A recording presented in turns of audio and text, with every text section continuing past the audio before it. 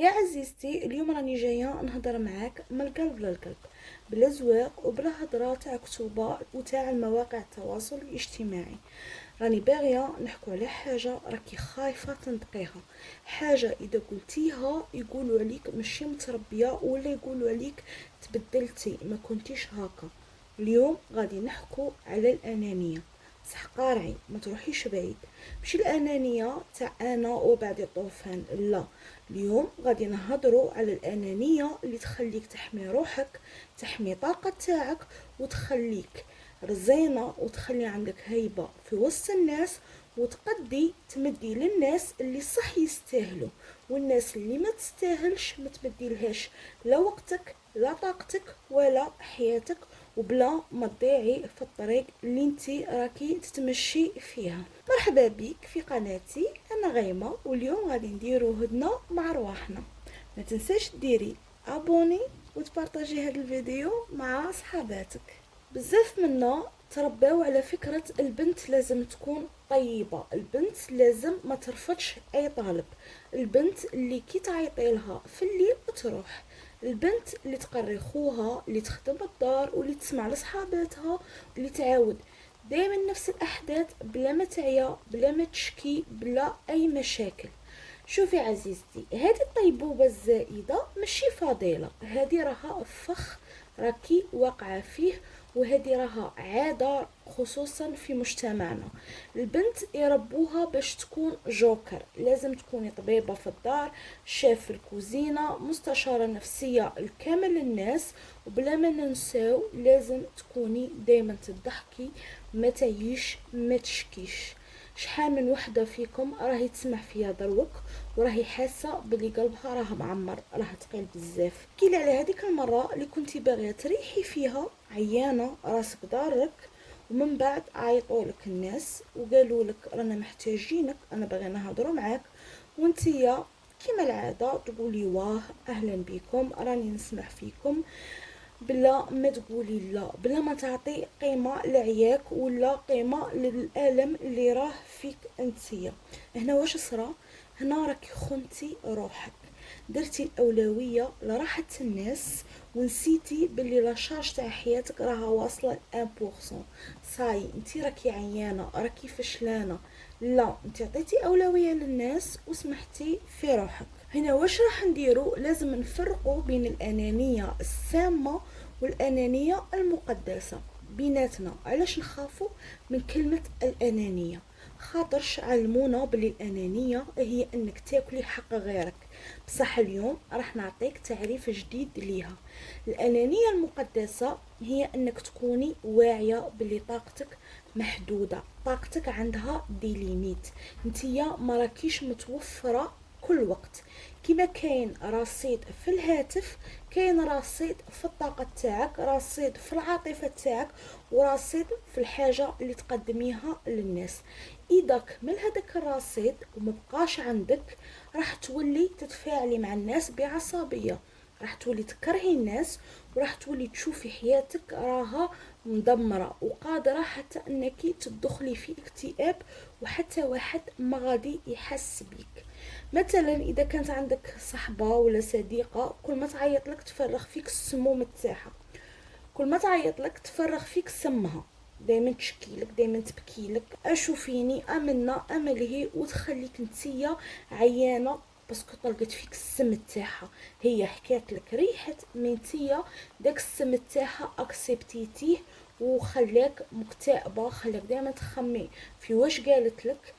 هنا لازم تبعدي عليها، هذه ماشي قلة اصل، هذه راها حماية لذاتك انتيا. ونعطيك مثال اخر، مثلا في العراس ولا في المناسبات، ولا اذا كنتي باغيه ترقدي ولا باغيه تقعدي وحدك وتريحي بلا ما تعاوني، بلا ما تقضي، بلا ما تغسلي المواعين، روحي اقعدي قولي لهم راني باغيه نريح، راني عيانه.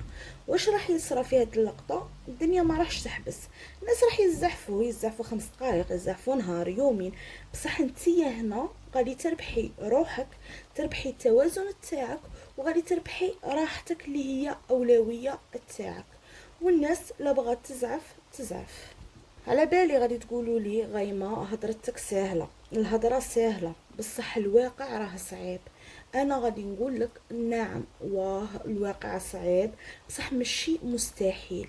ماشي مستحيل انك تقولي لا، ماشي مستحيل انك تبدلي عاداتك وتبدلي ناسك وتبدلي حياتك.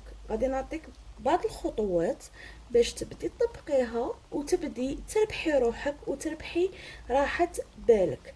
اول حاجة لازم نبدو بكلمة لا صغيرة. ما تبداش باللا الكبيرة، ما تروحيش ديريكت وتقولي لهم لا على حاجة كبيرة، نو. بداي بصوالح صغار. مثلا فلانة قالت لك جيبي لي كذا، قولي لها لا ما نقدش نجيبها لك اليوم. ولا فلانة قالت لك ارواحي اليوم نتلاقوا ولا نروحوا بلاصة فلانية وانتي راكي عيانة، قولي لها لا ما نقدش نخرج اليوم، راني لاهية راني مشغولة، بدون ما تعطي اي تبرير. التبرير هو ضعف الشخصية. قولي لها غير ما نقدش وصاي. علاش ما نقدش؟ عندي صوالح راني مشغولة، خلاص ما تخليهاش تدخلك في حدودك. النقطة الثانية لازم تكون عندك ساعة مقدسة في نهارك. في نهارك لازم تكون عندك ديك الساعة تاعك انتيا، ديك 60 دقيقة ملكك وحدك، ما فيها لا فيسبوك لا واتساب لا قرايه لا دار لا قديان لا والو. تلبسي حاجه مريحه، تشربي قهوتك ولا تشربي عصير تاعك ولا تاكلي الكوتي تاعك وتقعدي مع روحك، ديري فيلم، تقري كتاب، تتفرجي بودكاست، ولا تقعدي مريحه مع روحك، تسمعي افكارك، ترتبي روحك، تدوني يومياتك. المهم هذه الساعة هي اللي راكي غادي تشحني فيها الطاقة تاعك وتشحني فيها روحك. ثالث حاجة، تعلمي تقطعي علاقات السامة، علاقات اللي يمتصوك اللي ياخدوا منك الطاقة تاعك. كاين ناس في حياتك طفيليين، كاين اللي تقول لك شهاد اللبسه اللي راكي لابستها ما جاتش كاع عليك، ولا كاين اللي تقول لك اش تقصتي في ستوري فلانيه باللي راكي تقري، من نيتك راكي تقري. والكاين اللي تاني تقول لك يا بديتي بروجي تاعك زعما غادي تنجحي، بزاف ناس داروه وما نجحوش. هذه الناس سامه تطلق عليك سمها. نتيا لازم تبدي تقلي الاحتكاك بهم. اذا قدرتي تقطعي علاقتك بهم قطعيها دروك، ولكن اذا كانوا قراب منك وما قدرتيش تقطعي علاقتك بهم ديريكتومون، واش ديري؟ قلي الاحتكاك بهم، ما ترديش عليهم، سكتي وخليهم يهضروا. مهم انتيا اللي في راسك ديريه. علاش؟ باسكو انتيا راكي حابه تحقي احلامك، راكي باغيه تحقي ذاتك وتحقي طموح تاعك. تخليش الناس تفشلك، تخليش الناس تسحب منك طاقتك، تسحب منك عفويتك. خمي في روحك. انا اولويه، عندي انا، عندي داري، عندي اولادي، عندي راحتي، عندي مشروعي، عندي قرايتي. هادو الاشياء يستحقوا مني طاقه كبيره باش نقدر نستثمر فيهم. اما الناس وهضره الناس وراي الناس هذا انا ما يهمنيش. كي يضطر الامر باش نقول كلمه لا نقولها بدون تانيب ضمير. في نهاية هذا الفيديو غادي نقول لك كوني أنانية، لأنك لو ما بغيتيش روحك مكاش اللي غادي يبغيك. لو كان ما تهليتيش في روحك مكاش اللي غادي يتهلا فيك. تهلي في روحك، في طاقتك، في نفسك، في مشاريعك، في حبيداتك. قيمي روحك. هادو الاشياء انتي اللي ديريهم روحك غادي يكون انعكاس على المجتمع اللي انتي عايشه فيه، وداك المجتمع غادي يمدلك واش انتي تشوفي في روحك. اذا قيمتي روحك المجتمع يقيمك، اذا بغيتي روحك المجتمع يبغيك، اذا عطيتي هبه لروحك المجتمع راح يعطيك هذيك الهبه وراح يعطيك داك التقدير اللي تستحقيه داخل المجتمع. الناس اللي يبغوك تاع الصح راح يحترموك وراح يحترموا الحدود اللي غادي تحطيها لهم. والناس اللي يزحفوا كي تحطي حدود خليهم يزحفوا لعام طويل، هذه الحاجه مشكلتهم هما ماشي مشكلتك. في نهاية هذا الفيديو اشتركي في القناة وخلي لي تعليق جميل كيما نتيا، وتهلي في روحك وفي امان الله.